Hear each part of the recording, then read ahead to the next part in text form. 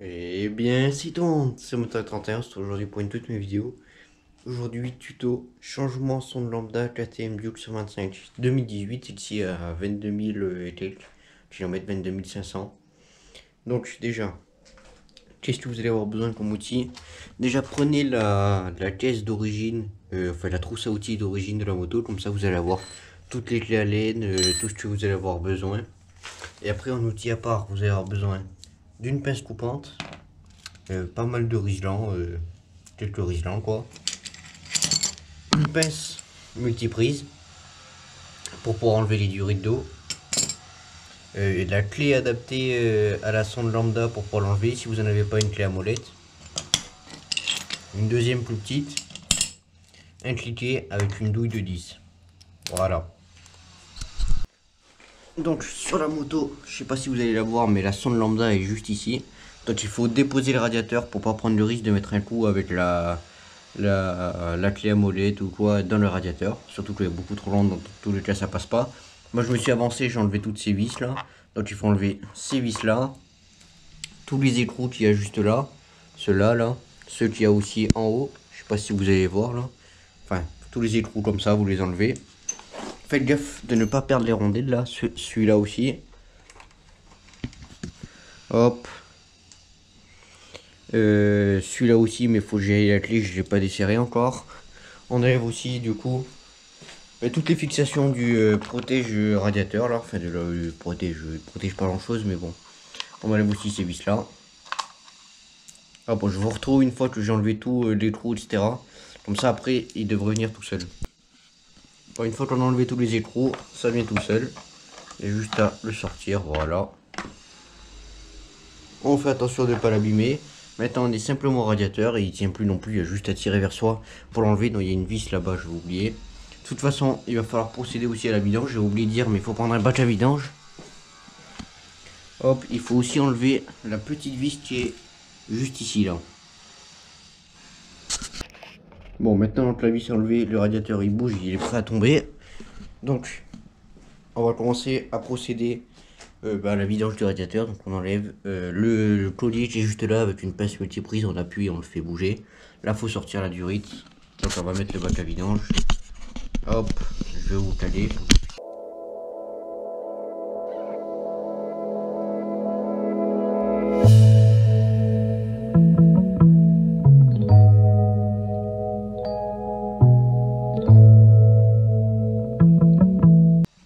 Bon, maintenant que cette durite là elle est enlevée, on va passer à celle de l'autre côté. On va prendre la pince multiprise, pareil. Hop, on vient là. On récupère ça évidemment. Et du coup ça, il va falloir y arriver à faire bouger le collier en se mettant... attendez, hop, comme ça. À une main c'est pas toujours simple. Et vous prenez, vous faites glisser vers le bas. Vous voyez, comme ça vous appuyez et vous faites glisser vers le bas. Allez, en vidange ce côté là, je vous retrouve après. Maintenant, il va falloir aller enlever le cache allumage là. Donc je les ai déjà dévissés. On retire les vis. Faut faire gaffe parce qu'il y a aussi la vis... vous allez voir. Attendez, on récupère ça et on dévisse. Hop, on dévisse aussi. Ça, celui-là, c'est bon. C'est pas tout à fait assez vissé. Hop.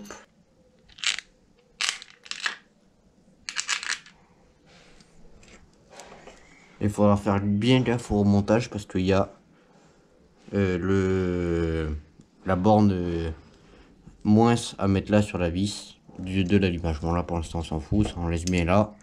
Il faut qu'on retire ce Rizlan là, juste celui qui est là. Donc on prend la pince multiprise, non n'importe quoi, la pince coupante, elle est juste là. Hop. Et on coupe le Rizlan, rien de bien compliqué.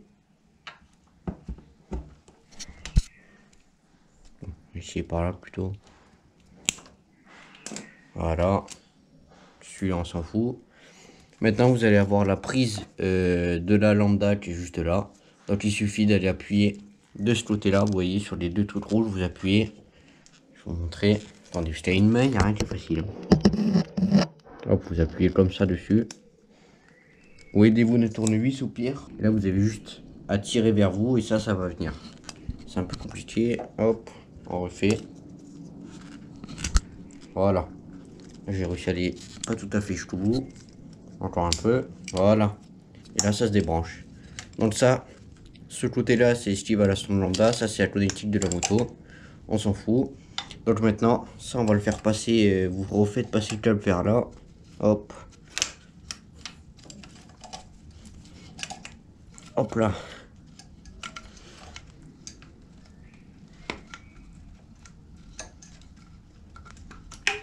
Voilà. Et maintenant, ce que vous allez faire, clé à molette, et vous allez desserrer ça, donc bien vers vous. Ça va pas être très compliqué du tout. Est-ce que c'est cette taille-là? Normalement, oui, à peu près.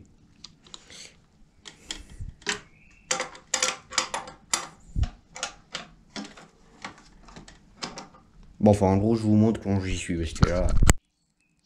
Bon, du coup, j'ai réussi finalement avec la petite. Donc, une fois que c'est desserré, vous venez vers vous, comme je vous ai dit, vous tournez. Faites attention de ne pas emmêler les fils de là-haut. Bon, si c'est l'ancienne, vous en foutez un peu si elle est morte, mais si vous comptez la remonter, moi je m'en fous de toute façon. Et essayez de faire un peu attention.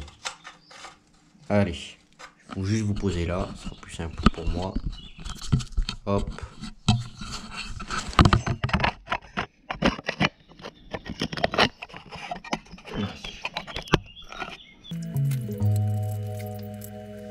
Et voilà, ma sonde lambda est dévissée.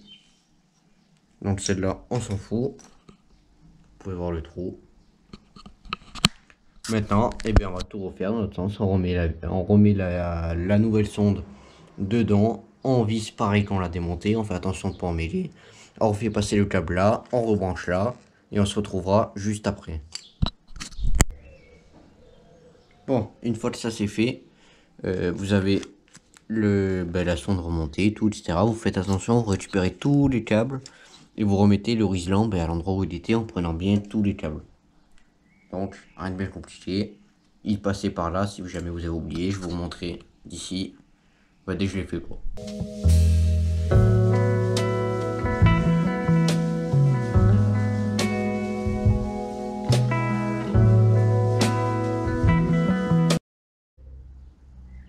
Voilà, donc ça maintenant que c'est fait, le Risland il est mis. Ça tient bien les câbles. On remet bien l'allumage et on n'oublie pas ce que je vous avais dit. La petite, celle est là. Le moins qui est à remettre juste ici avec la vis et le cache tout en même temps. C'est-à-dire vous mettez ça en place, vous mettez ça là, et il faut bien faire gaffe que ça reste en place. C'est un peu compliqué, mais...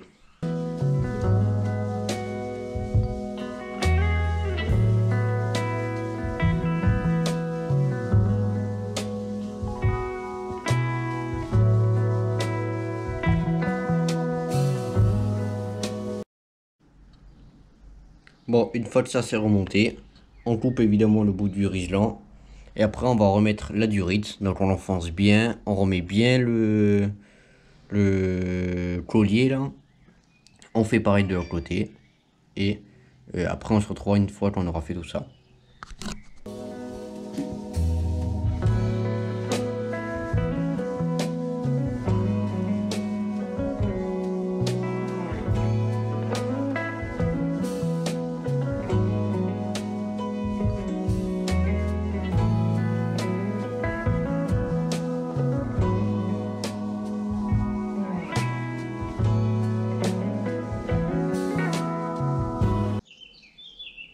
Bon, j'ai remonté tout le cache, le radiateur est fixé. N'oubliez pas de remettre cette petite vis là. Il y a les deux vis là. Là, il y en a une, deux, trois, quatre. Bon, moi, il m'en manque une. Et après, il y a les deux comme ça de l'autre côté aussi. Maintenant, on va procéder au remplissage du radiateur et du bocal de liquide de refroidissement. Mais déjà, on commence par le radiateur. Donc, on met un entonnoir. C'est pas très difficile, on remet ce qu'on a enlevé.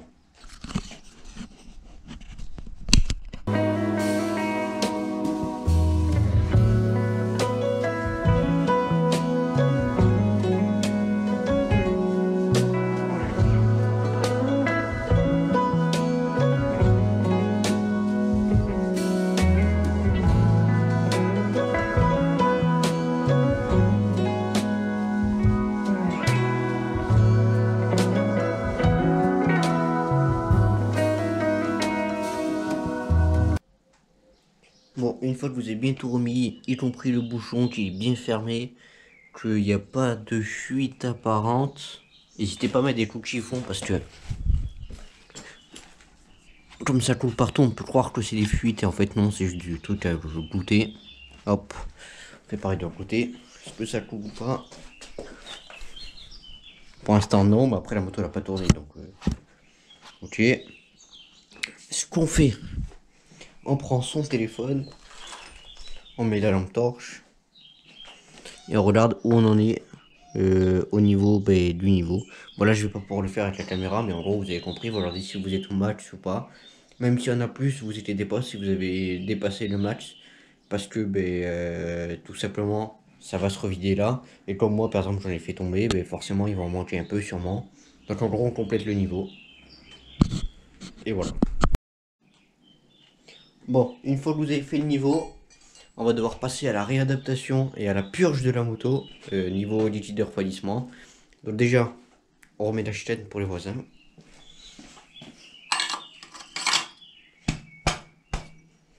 Bon voilà, de toute façon, ça suffit.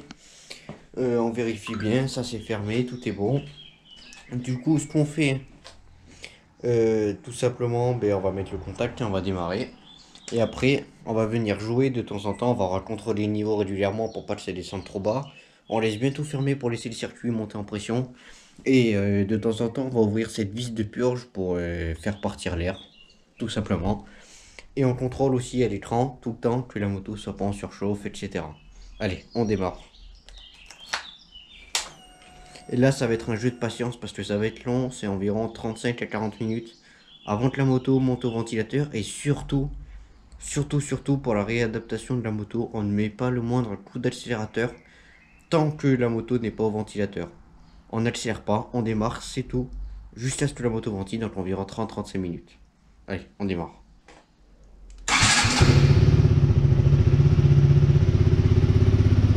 Hop, on va venir directement vérifier qu'il n'y ait pas de fuite apparente.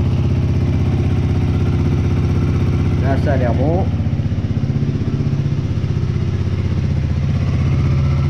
Et là aussi, parfait. Maintenant, si la moto n'a pas démarré déjà, c'est que vous avez peut-être mal remis la masse au niveau de l'allumage, sinon il n'y a pas trop de raison. Maintenant, on n'accélère pas, on n'y touche pas, on contrôle régulièrement. Bon, du coup, pendant que la moto continue de monter un peu en température, on continue du coup à surveiller ça, mais on va ouvrir un peu la vis de purge, voir tout simplement s'il n'y a pas d'air.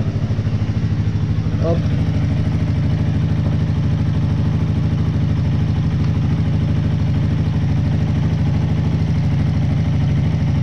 Alors, il faut ouvrir, pas serrer.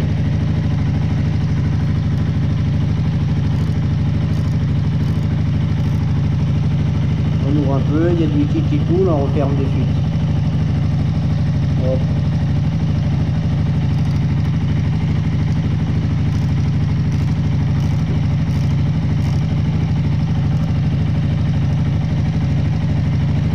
Et vous faites ça de temps en temps assez régulièrement jusqu'à ce que la moto ventile, et on se retrouvera une fois que la moto ventile tout simplement. Bon, moi j'ai le ventilateur qui vient de se déclencher. Donc ce qu'il faut faire, c'est une fois qu'il a fini, c'est rupteur sec. Je vais vous montrer, vous insistez pas, juste rupteur, vous coupez pour que la moto puisse revenir dans les tolérances sur toute la plage de régime. Moi, faites pas attention. Si j'ai le voyant moteur, c'est parce que le problème ne venait pas de la sonde lambda au final. Mais je savais déjà, en gros j'ai déjà changé une première fois pour mettre celle que vous avez vu que j'ai enlevé. J'ai pas de ruine, j'avais le voyant moteur au même moment, au même endroit. Donc c'est normal que je l'ai parce que j'ai remis l'ancienne. Donc le problème ne vient pas de la sonde, il vient d'ailleurs. Bref, elle a fini de ventiler, maintenant c'est simple. Gaz entrant en rupteur et vous lâchez sec, vous ne faites pas d'à-coup. Je vais vous montrer. Voilà.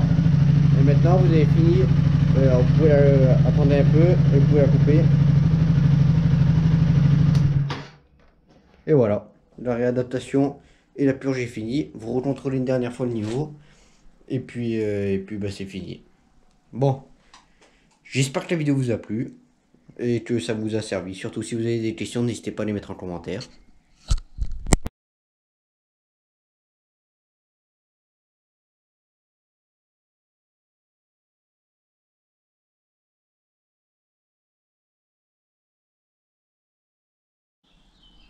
Et d'ailleurs, petit dernier truc, si jamais vous vous mettez une fille de refroidissement comme moi, passez un coup de balai, mettez un match de poussière dessus.